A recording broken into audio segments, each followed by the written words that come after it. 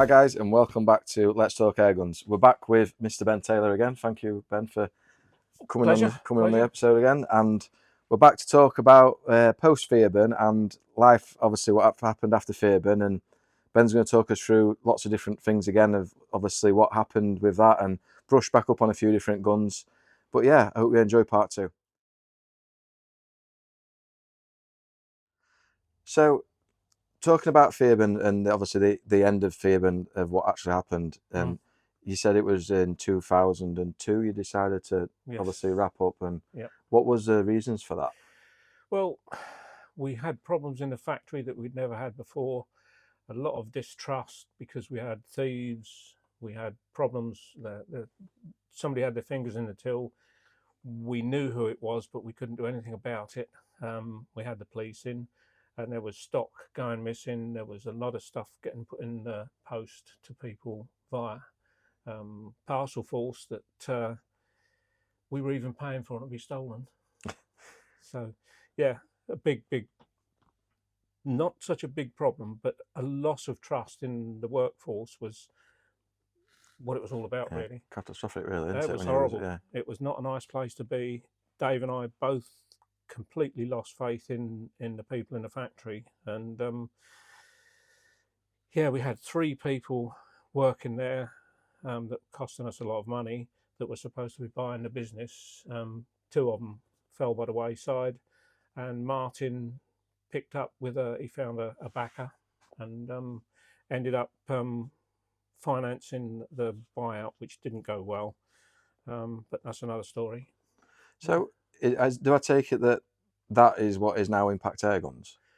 No, that was Martin was Theoben Limited.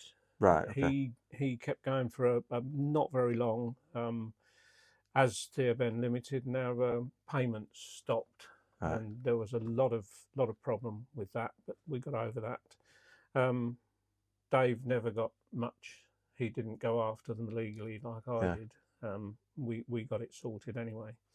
Well, at least somewhat benefited from it, I suppose. Yeah, and then Martin, when it went down the tubes, it was bought up, resurrected by Impact, and nothing really happened there. I don't know what happened. I never saw or knew them, so that didn't work.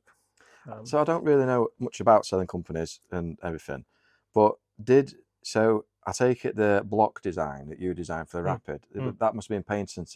Did they buy the block design and then try and keep it themselves? And his backer, they bought everything. They bought the patents. There was quite a few of them still live, but not with many years left in them. But there was stuff in the Rapid 7 block that was patented. The hammer and valve, the bolt with a double probe, different bits and pieces in there we actually protected. But yeah, they took the whole lot on. By then the gas ram patent had run out pretty much, and then suddenly there was loads of people making gas ram rifles that never wanted a license, which was a bit weird. That was it really. The legal side of it, the patent side of it, the magazine, which is, I think we mentioned last time that the magazine now is in just about every PCP rifle. There's a lot of that's for sale. Yeah, there's a lot of magazines. That Clockwork magazine that Steve Lilly designed is now used almost universally. Yeah, you know. So going back to what you had a very vast range of different models of guns that you did, from the gas rams to your pneumatics. Yeah. I mean, I don't know, but as far as I can remember back, I think the last variant of the Rapid you did, was it the S type that you did? Yeah. The S type was. I think that was more Martin than us. He did a new trigger for it, which was very good. But yeah, it beats me. I can't remember all the models now. There were so many, Yeah, I think I've almost got them all apart from this type. Yeah. I've got it in my collection. Yeah, I based that on the one that I built over at Harston. The S type I used and restocked and did a lot of work internally, and that became a BTAS special. So once you obviously sold Theoben and it became Theoben Limited, what happened in your background then? Did you go straight over to Harston and start designing the BTAS and things, or what actually happened in that area? Because I suppose I got a bit bored. Was it? it took about 6 months, and I decided I'd Want got to a get little back bit into more it. life left in Yeah. me, and I found a unit over at Harston, and we started off there. And once the FX thing became, I mean, we went from having no income over there for a few months, and it built up fairly rapidly. I was still buying rifles from Theoben and modifying them or selling them as they came in. Yeah, yeah. And then I did some regulator conversions for FX, and that became a connection that went on until the smooth twist barrel thing. Frederick is a great engineer. How did you and Frederick meet then? Sorry, rewind again. We knew of Frederick from the Theoben days. He phoned us up and asked us if he could use the magazine system and would we sell them to him. Right. And I sort of said, Frederick, how can we do that? If we sell you a magazine, that's a potential sale that we've lost for the value of one little magazine. So no, we can't do it. And we agreed that, we were probably right. And he started using that magazine system as the patent ran out. That was how it worked. Yeah. But Frederick, brilliant engineer. The rifles he's got now are just so clever. Oh, different level, aren't they? Some of them, yeah. So that was the connection started there with the Theoben thing and the magazine, and then I did a regulator conversion on early FX rifles, and suddenly the phone went off, and he said, "Can I send a rifle over and you convert it and send it back to me?" Which I did, and he was astounded with the shot count and everything. So then the connection grew, and I started to be the importer and distributor and everything, which worked real good for us. What were the rifle that you sent over? What was the first one that you did? God, I don't know. It was a little side leave thing. Can't even remember the model. Right. But we did a lot. Was it a buddy bottle still, or was it a cylinder? No, it was a tube. Was it? Yeah. Then the buddy bottle one came. We did the what was it called? The Verminator, something like that. I don't know. There's been that many different effects. Anyway, we did lots of stuff with him, and then he asked us to take on the FX distribution under the FX brand, because he was selling them through Webley and a couple of others that were doing all different named guns, but all the same gun. And I said, you've got to stop that. FX name is strong enough. Is that when you started seeing with like a Webley Axor? Is that what? That was all that came before. That all stopped. I remember, I think it was Logan back in the day when Jim Hogan. Logan, Webley, and the other one. Because I remember seeing a block saying Logan Solo, made in Sweden by FX on the block. Yeah, that's still. it. Yeah. But as I said to him, you need to now get your branch out, thing going, because it's all a bit disorientated with the manufacturers that are putting their name on your stuff. So he went with that, and when I started importing them, it was all FX. There was nothing else, and he stopped all the other names. So going back, let's talk a bit more about FX, because you said last time about the smooth twist barrel. Did you help design the smooth twist barrel? I did it from scratch. Did you? And then what gave you the idea for smooth twist? It was a bit weird, actually. Frederick had a barrel problem on a batch of rifles, and he sent the barrels over to me, as did Daystate. Yeah. And Daystate used it as well, did they? I did. Yeah, they had from the same manufacturer. They had a batch that were dodgy, and I did a strange job on them. I choked them over about 2 inches of length. Yeah. They were already choked, so it had a primary and a secondary choke. Yeah. And that cured the problem. Right. And they were all very happy with it. And with Frederick's, what I did was I took the end off 3 different brands of barrel, the last 3 inches, and I joined them up very carefully with a smooth bore. I had an idea. I had an idea that the rifling didn't need to be the full length of the barrel. Yeah. So we put little sections on 3 or 4 different bits of smooth bore barrel, and the accuracy was exactly the same as it was when it was a full length barrel. We tested it before and after. And what Frederick wanted to do, with the help of his supplier, was instead of having a 20-inch barrel, he could have split that up into lengths of 3. They would do that many more rifles. Yeah. you know, with smooth bore. But the engineering was, they had to be nursed along to make them work, and it was more than people wanted to do to supply them. So then the next thing was, I turned down a barrel. I modified a assuaging machine, which normally does choking, and I machined it up so that it had like knife edge rails in each die, and when it clamped on the barrel, it impressed the rifling in from the outside. Right. And that's how it came about. And I had Frederick's supplier over to test a before and after with one of their barrels, and then a smooth twist barrel, and it outshot their barrel on every brand of pellet that we could put through it. And he did the shooting, and he said that's incredible. But they couldn't take it on. They didn't want to take it on. He said, I've got, God, I don't know how many employees. This would mean that 9/10 of them would be down the road. Yeah. So he couldn't take it on, but Frederick kept the barrel to himself, so they didn't lose lots and lots of customers. They just lost FX as a customer. I think everyone's probably still happy about that, but yeah, the patent will run out. Having said that, Frederick now does them in a different way to what was originally done, which has improved things as well, made them a lot less pellet fussy, and you get these rifle slugs now that are able to have, you know, incredible accuracy. So I've heard, correct me if I'm wrong, but that they said that the smooth twist is a lot better for shooting slugs. Is that true? Or? It's just as good for shooting either, but the two barrels aren't exactly the same. Right. You have to quantify it by saying when you order, I think, that you want to shoot slugs, or you have two liners. You know, it's as simple as that, really. That's so easy to change. You know, Frederick is not daft. He's made it so that you can have your gun shooting wasted pellets or slugs.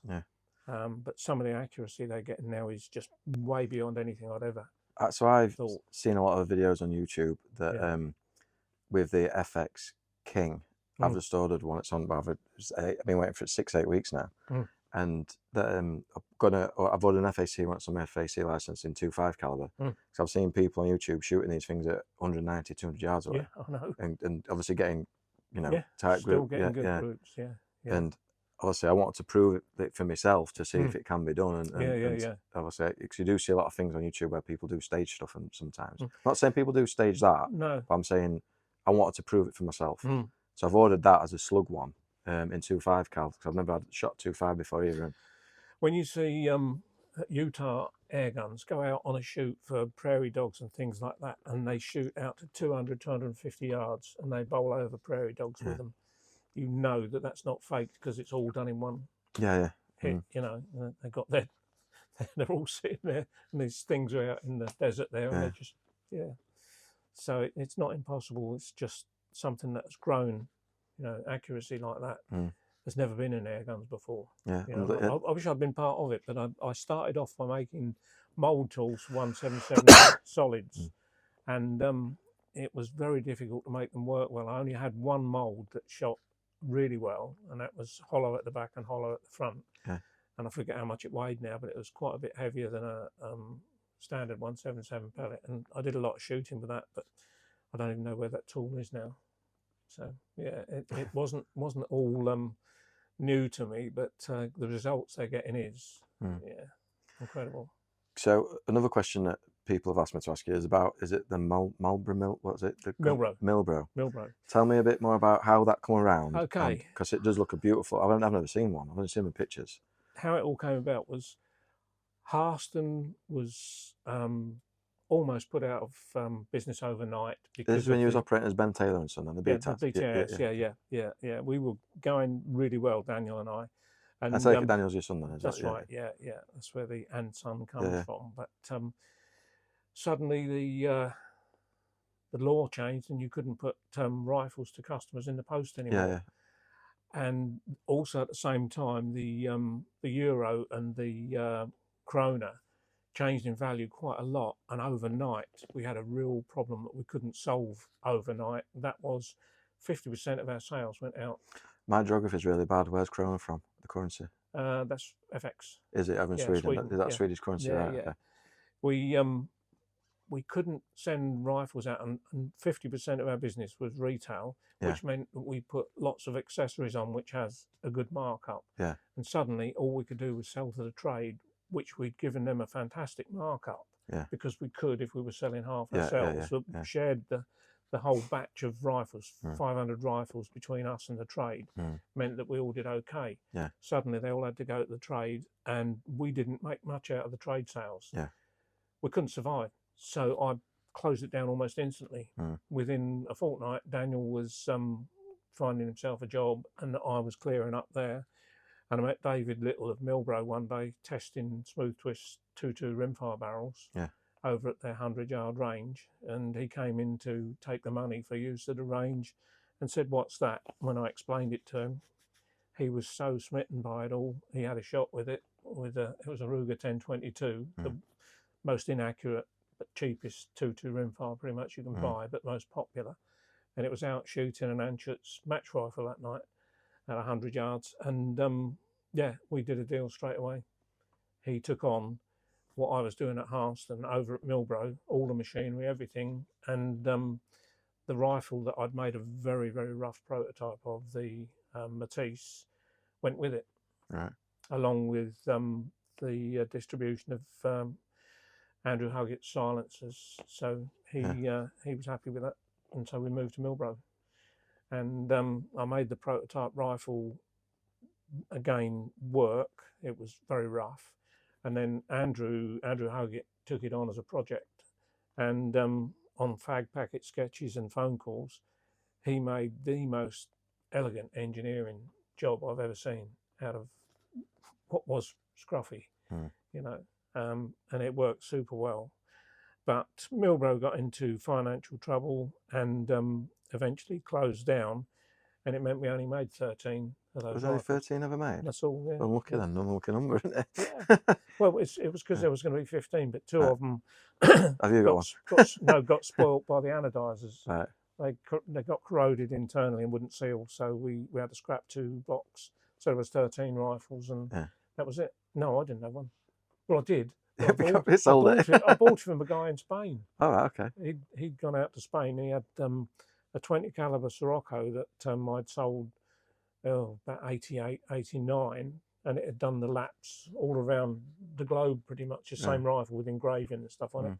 And I bought it back, and then I resold those to America instantly. Yeah. I never keep anything. I know, you told me, I remember saying. So, what always I'm fascinated about, how easy is it or how hard is it to design, produce, and make a rifle? I mean, when you look at some, when you see people strip them down on YouTube, and there's not that many components to it, is there? Yes. Especially the Rapids. Yes. I mean, it's simple design, simple, but the best one of the best rifles ever. There's a great video on the Matisse where a very skilled guy strips and rebuilds one. There's not many people that have managed to do it, but he managed to get it leak-free and back together again. But I mean, bearing in mind, when did we make those? Must be 10 years ago now. Probably longer. Is it? Yeah, it must be. But how easy is it? You've got to have an idea that you need to get out your system, really. That's how mine always work. I think of something and I get a block of aluminium and I machine it up and make it work, and then I give it to somebody who's a lot more talented than me, and like Andrew, who then turn it into something that's really lovely. I mean, all the ideas internally and mostly mine, some of them are Andrew's, but yeah, that's how we do it. There's no design at all. It's just a block of aluminium that gets turned into a... So it was literally something you think about and say, I want to do that. Somebody said you machine away everything that doesn't look like an air rifle. It's pretty much what you do. Yeah. You know, but the Matisse, the idea came about a long while before I made it, was the coaxial valve. That's in line with the loading port and the barrel, all in a straight line, and a hammer behind that. It came about because of an idea. And when I made it, the disappointment when I first fired it at Milbro, the prototype, made 3 foot-pound and a lot of noise. Geez, you could have heard, and it was dumping air so fast that you got about 20 shots, and it was dropping like a stone, the pressure. And I suddenly realised that the face of the valve was suddenly getting as much pressure on it as the back of the valve, and it was closing itself and then reopening, doing the valve bounce that a lot of air guns do, but in such a violent manner that it sounded like one big bang until you put the earmuffs on. Then you could hear it was like a machine gun, Right. and you just knew it was pulsing away, and the pellet was wandering off down the barrel very slowly. So I made this thing we called the Gizmo. Right. And it's a thing that the valve head was extended, and this little piece had a holes that surrounded and it hid the front of the valve head from the pressure. So he was mentioning about the Matise valve, if you want to carry on, like you said, about getting 3 foot-pound. Yeah, everyone was a bit disappointed, not least of all me. And I sat down and I had a look at it, and I suddenly realised where the problem lay. And we had to make this little tiny component in the space that we'd got, and it didn't just cure it. How I got it all wound up to make good power, I wanted about sort of 30 foot-pound. It made 60 foot-pounds straight away. So we had to back that right off, and that was it. Then we were up and running. The Matisse was a runner, and we did experiment with different bits and pieces. On everyone's rifle is slightly different. Every time I put one together, I had a new idea, and one of them was I put a magnet in the end of the valve so that when the hammer hit it, it was stuck to it, so it couldn't bounce. Yeah. And it worked a treat. So I did 3 like that, and then I tried reversing it and put 2 norths together, so it hit it and then sprung away from it and never touched it again, and that worked as well. So there was lots of bits and pieces in there that, there was no standard with each rifle, and they sold very quickly, and that was the end of them, really. Andrew has now got on a bench, I should think, 50 blocks that are part machined Matisse blocks. Has he really? He's not done it with them? Because they went out of business. You see, Milbro told him to stop. Right. We had the stocks made. Yeah. Not all of them. I think it was probably 15 or 20. And I found a guy, can't remember his name now, who wanted them, and he'd modify them so they fitted Rapids, which wasn't impossible because I'd done one roughly. Then I built another prototype before I packed up completely, which had the most trick valve in it ever, and it's still out there somewhere at Andrews, and that made massive power and lots of shots. And it was nothing to do with anyone else's rifle, it was just an idea I had that it worked. So that was pretty much the end of it then. Then I did retire and got back into motorbikes, and I used to go into Andrews and make up bits and pieces for stuff. That's how that one in the garage has been finished off.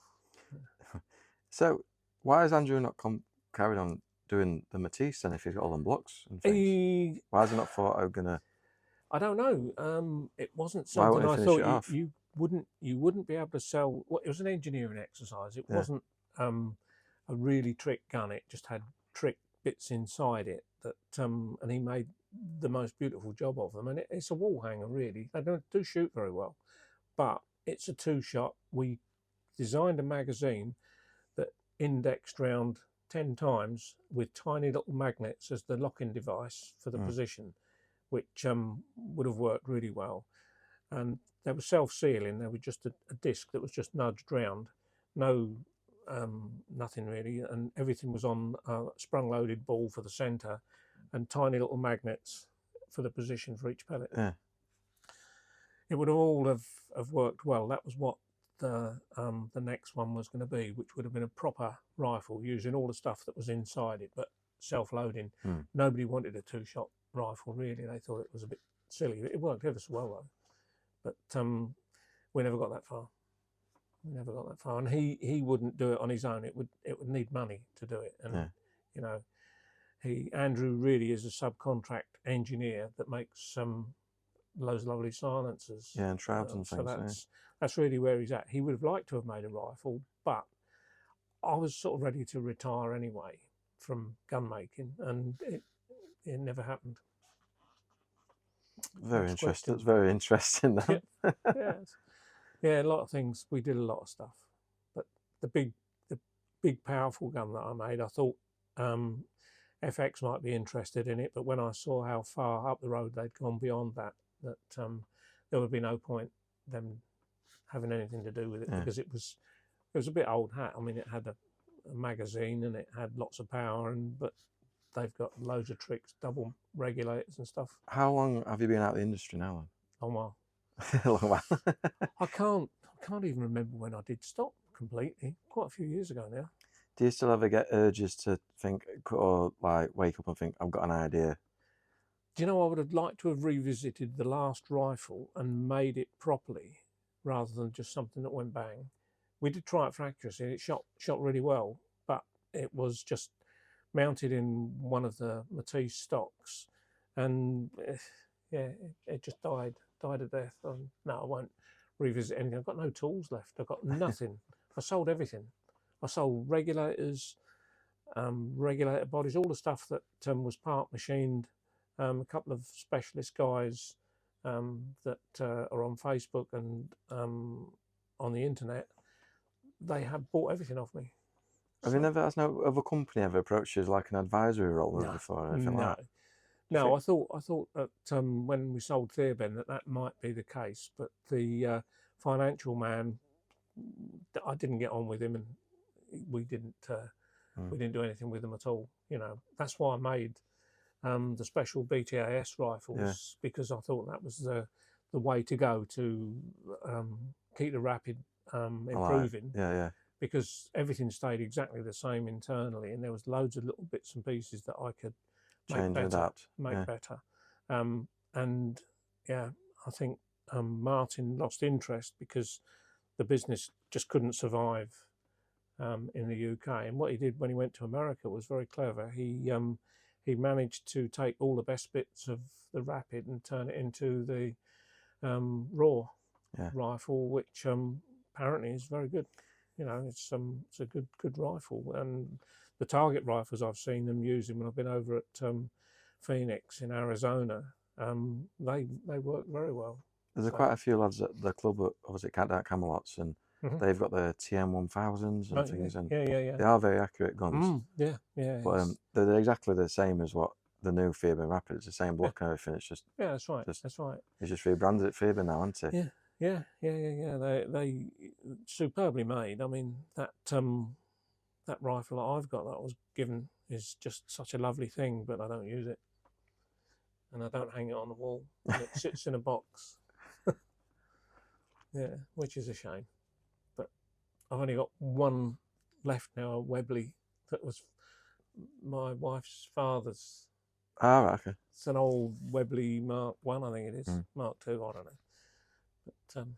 But so no air guns, just motorbikes. Just motorbikes now. Yeah. So I want to talk a little bit more about, obviously, Rapids have been out for a very long time. 1990s, you said. Yes, we started on it in 1990 when the HW90 came out. We thought it might take sales away, so we sort of went sideways to pre-charged because there was a thing called the Gamekeeper that we'd seen that had a Luxor bottle on it, and we thought that was a good idea compared to putting it in a tube like everyone else did. And so that's where it started.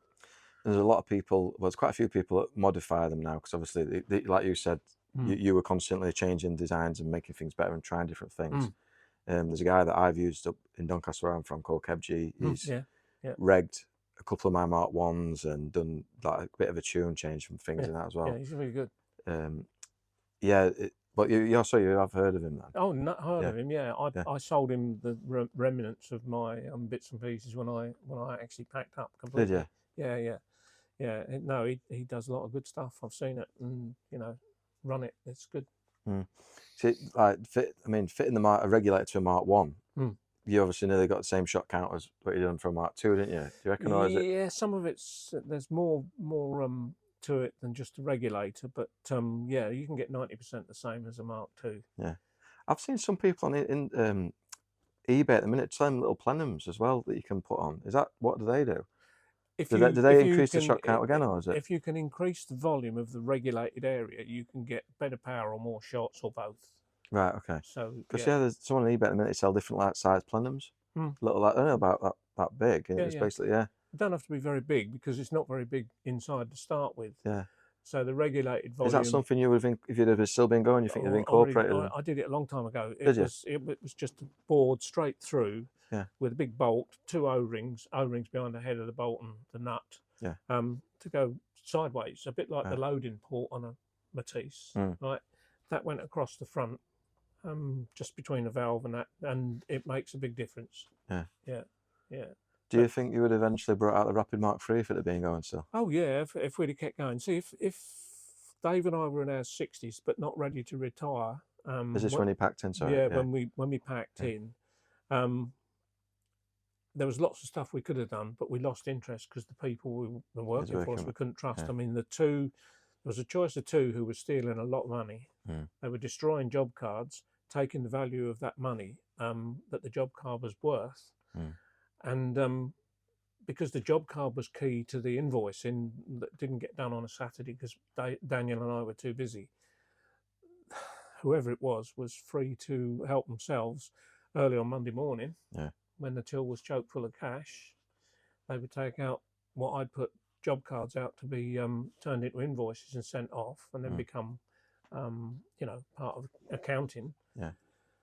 We didn't know about that until the accountant said, "You didn't do any cash last year, hardly any. You'd done 60 grand the year before and only 10 grand this year. What's happening?" And I said, "No." Someone stole 40 grand nearly from you. Oh yeah, over the year. Yeah. You shouldn't. It shouldn't be able to happen. But if you steal it at the right point, there is no record of it until the end of the year when you're down on a lot of rifles. You know. But it was one of 2 people, and I wanted to get rid of both of them. We got rid of one, but we couldn't get rid of the other one. But there you go. So, talking about your son then, Daniel. Did he work at the Theoben factory with you as well? He was in dispatch. Yeah, he ran dispatch. And did he always want to be in the? No, he didn't know what he wanted to do. It was just a means to an end. It was a fill-in job. Over at Harston, he did a lot better there. He ran it while I did the engineering and stuff like that. And so just you 2 then over at Harston? Just the 2 of us. Yeah. We had some funny customers though. One guy was a postman. I've got to tell you this one. He came in for about 4 visits, about half to 3/4 an hour each visit. So we'd had a lot of time with him. What should he buy? He wanted a firearm. It was this, that, and the other. And he ended up buying a BSA, but not from us. Right. And then he came in for me to zero it for him. So he bought a BSA from someone else and said, "Will you zero it?" He bought the whole kit from somebody else and then came in because he couldn't zero it. And I said to him, "You've got a firearm certificate, but you can't zero this rifle." And then I said, which made Daniel absolutely curl up laughing, I said, "You didn't ought to have a balloon on a stick. Now go." And I didn't say it. I told him to go. Yeah, out of the shop. Daniel couldn't stop laughing. Bloody postman. They shouldn't. I mean, I know they're a lot more stricter now. When I got my firearms, they come round and they do a full check. It's like really very strict, like from what they. Do you know why we didn't get to post rifles to people anymore? Because of that shooting up in Scotland, where a little kid in a pushchair was shot with a 177 and killed. I think you remember telling this last time I met you. It wasn't a 177 air rifle. It was an HW77 that had been converted to shoot 17 HMR bullets. Yeah, I remember. Yeah, I think I remember saying that. Which means that the air rifle was nothing to do with the fact at all. Yeah, we do get a lot of bad light shone on the sport because I say it's quite a lot when with other people I spoke to, like with Terry and things, and because people think it's a gun and it's dangerous. Yes, it is a gun and it's dangerous, but in the right situation and shoot with right people, it's a very enjoyable sport. Absolutely. And I mean, I don't know about what your views are on it. I mean, but like, where do you see going within the next 10 years with it? It's like, because I don't know. We thought that America was going to be big, and it is now fantastic. But it took slow progress, and then suddenly it just took off. Yeah. And I think that was the FX thing. Introduction really to America. Pushed it. Yeah. Yeah. But I wish I'd been around and a lot younger for it to see it go like that and be part of it, rather than we sort of started pre-charge thing. Daystate were obviously doing it before us, but there wasn't much about at all when we bought out the Rapid. Yeah. That was. God, I think of a Daystate, Ripley rifles, and you at one bit. That's it, yeah. And then there was the Cardew one that Terry won all his competitions with. But yeah, there was not much about at all. But now it's gone crazy. So clever. So I've been trying to get lots of people into the sport because I think very, like I said, it's a very good, enjoyable sport. In obviously, if people are taught right with it and stuff like that, it's like anything, isn't it? Yeah. Because there's like we've only got a handful of like dads and lads come down to the club, which I thought would be really good. But it's trying to make people understand that it's not dangerous and it is enjoyable in the right hands, and every gun's not a danger if it's treated right and with respect and things. No, exactly. It's when people see a modern air rifle, that's the scary bit, because it doesn't look like an air rifle anymore. Yeah, that's the problem. Yeah, the FX and all of those ones that look like. Well, the FX DRS, it looks like a sporting rifle, doesn't it? You could from a distance, you could pass it as a 2-2 rimfire. But the other ones look like military guns, and that was something we steered clear of. Kept, didn't do ABS stocks or anything like that. We stuck with wood, which makes it look more like an air rifle. Yeah. But I mean, I've got used to it now, but at first I hated the look of the military style things. Yeah, the tactical look. Yeah, tactical if you want. Yeah. Lots of plastic and all metal, but the engineering's lovely, so it gets my vote now. Yeah. So next thing then, and last of all, we're going to do some quick fire questions for you. Go on. 177 or 22? Depends. Come on, it's got to be one. You got to. All right. Well. Favorite caliber. Favorite, a 177 for me. Yeah. Well, actually, 20 caliber. That 20 caliber was. We started a little bit of a thing for 20 caliber because we went with Terry to Bisley, and we did some long distance shooting, 100-yard shooting with chronographs at 10 yards, 50 yards, and 100 yards. Right. And the 20 caliber won hands down on the retention of energy. Did it really? Yep, because it was a 2.2 weight. This is a Milbro. Sorry, Milbro. God, that would have never even stayed on the range. No, it was the Crossman Premier. Right. Okay. They did a 2.2 and a 20 caliber, both the same weight. Right. And you could prove easily that the 20 caliber was far more efficient out of the two, and I'd been using it for a long, long time. It was brilliant. I've got a few 20 cals with I might. There was a pellet that was made by H&N that was what it was all based on. Terry had one of our 3 rifles. Dave and I had one, and there was one spare made for a customer. And Terry had the 3rd one. And he told me that it was the most easy to shoot and accurate sporting rifle he'd ever had. And he had it for years and years. And we did shoot an awful lot of stuff with it. It was just unreal accuracy. Yeah. Well, 20 caliber is that? Yeah, 20 caliber. Yeah, but 177 before that. 2.2's all right if you can get enough pace out of it. But 30 foot-pounds was sort of about what we thought was about right. We could have gone more, but we didn't. I mean, Daystate were making stuff that was doing 40 and 50 foot-pounds, but they didn't hold accuracy very well because it was just too fast for what they could put in it. Yeah. Okay. It was a numbers thing rather than a... Favourite rifle you ever made? I used an eliminator for a lot of years in 20 caliber. But it'd have to be the Matise if I made it. Yeah, the Matise rifle was, for me, just such lovely engineering. It was an air rifle that did what it was supposed to do, but it was made up of a lot of lovely bits, a lot of titanium inside it and outside it. We used that DLC coating on all of the black bits so that you could never see that it had ever been used, because it's so hard you can't wear it at all. You can't scratch it. You can't do anything to it. It's as hard as diamond, that coating on the titanium bits. So yeah, it was just a lovely bit of engineering that Andrew made. That I sort of designed it, but I prototyped it, but Andrew made it what it was. Just beautiful engineering. Gas ram or PCP?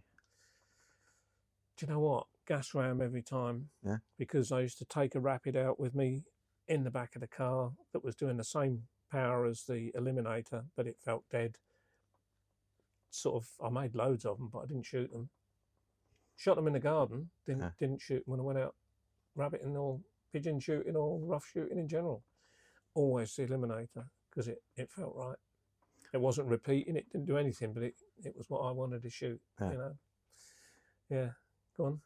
Last one, tea or coffee? Depends.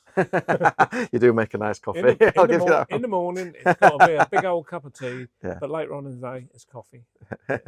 I'm the other way around. I have a coffee in the morning and I go on to tea in the afternoon. Yeah, you need waking up. Yeah.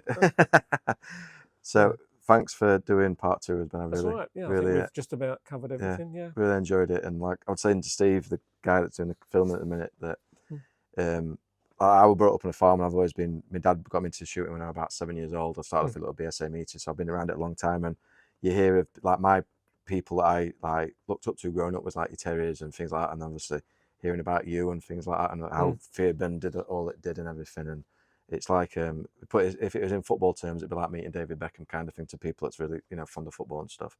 So I really do appreciate it. Thank you. And pleasure. I'll see you in the near future, hopefully. Yeah.